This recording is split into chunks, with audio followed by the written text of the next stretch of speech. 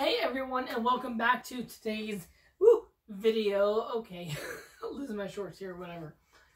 Alright, so today we're going to be talking about basically the upcoming week, and it has to deal a lot with the West Coast.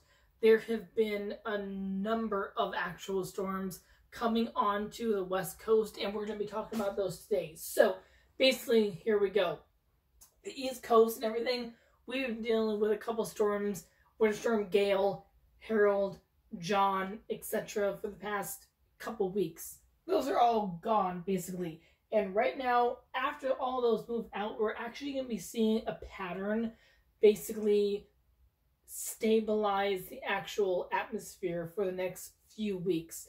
What does that mean? Well, basically what it means is that we're going to have a west to east coast flow. So basically, we're going to have a lot of western Pacific air flow through our actual country, and it's going to bring a lot of basically just average temperatures, a little bit more average temperatures over into the northern tier of the country. So if you live in the upper Midwest, the Great Lakes, and the Northeast, you're going to see temperatures slightly above average for this time of year for the next couple weeks. If you live in the southern part of the actual country, you're going to see temperatures maybe a little slightly below average for this time of year. Okay, and my pants are still falling down. Yikes, that's embarrassing. So what does this all mean basically with slightly above average temperatures and slightly below average temperatures with the north and the south? Well, here's one thing. The West Coast, which we don't talk enough about, unfortunately, so sorry. We're going to see a parade of storms basically develop over the West Coast. And it's been happening actually over the past few days, actually the past couple of weeks.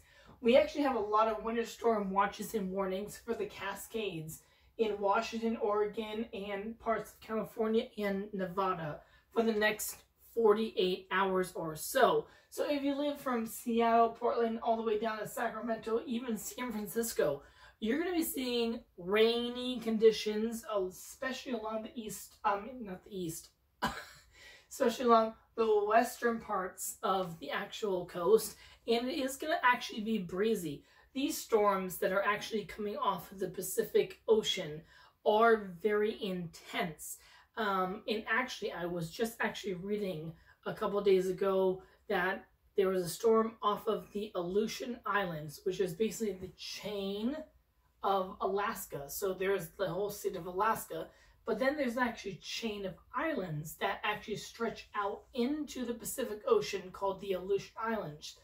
There's a huge storm system, or there was, that actually was a record-breaking with an actual pressure down, I believe it was like 942 or so millibars, which is actually a really intense storm. It's like more of like a hurricane, even though it's like wintertime over the, the northern Pacific Ocean. And that whole storm has been moving its way eastward here into the parts of the Pacific Northwest. So places like Seattle and Portland have been inundated with a lot of rainy conditions, and it's also been very windy, especially along the western coast and everything. There are wind advisories up basically from the Washington state line of Canada and the United States all the way down to central California. So a lot of onshore flow has been happening with these storms. And these storms are not just like one and done. They're continuously going on and on and on. So they're bringing a lot of actual rain and mountain snow. Good for ski resorts here in the Cascades and everything, going down into parts of California and Nevada. So if you're a ski lover, this is really good news for you and everything.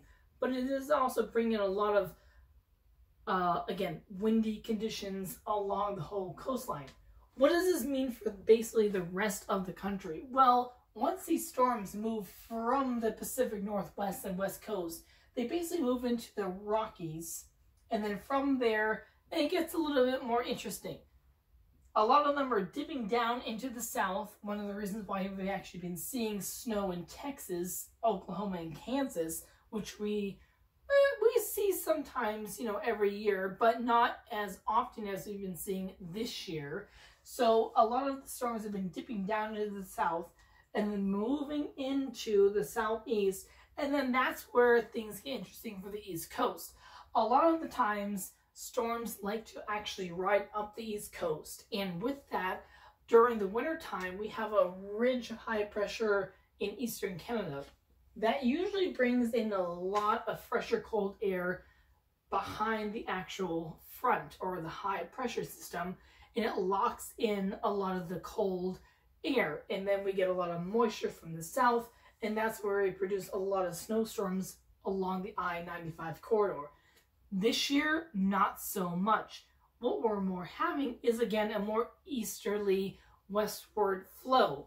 So what we're doing is we're having all these storm systems here in the west, and they literally are kind of dipping somewhat south, but not south far enough where they're reorganizing in the Gulf and the southeast.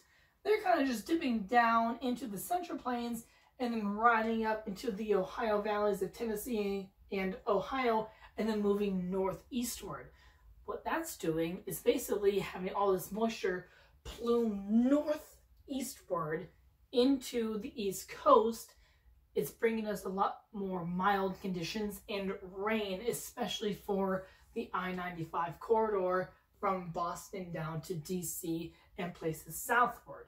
So over the next couple weeks, what do we expect? Well, we expect a lot of these storms here in the Pacific Northwest to do the same. Dip down a little bit more into the Central Rockies. So again, if you live in Wyoming, Colorado, Utah, Idaho, Nevada, in the higher terrain, you're going to see a lot of snow. That's good for you. But moving, eastward and everything, a lot of it's going to organize over here in the Central Plains. More moisture will be drawn up northward, so we'll see a bit more severe weather along the Gulf Coast. But then these storms are not going to really dive into the southeast. They're going to make more of a sharp turn into the Great Lakes. That, in return, is going to bring moisture from south to north into the mid-Atlantic and northeast, but with more mild conditions. We're not really going to see a whole lot of snow over these areas over the next few weeks or less. That's what the actual models are indicating and everything. So that's basically your typical weather pattern for the next, 2 to 3 weeks, basically. Stormy in the west, northwest, in the Rockies, down to the Central Plains, southeast, mid-Atlantic, and northeast.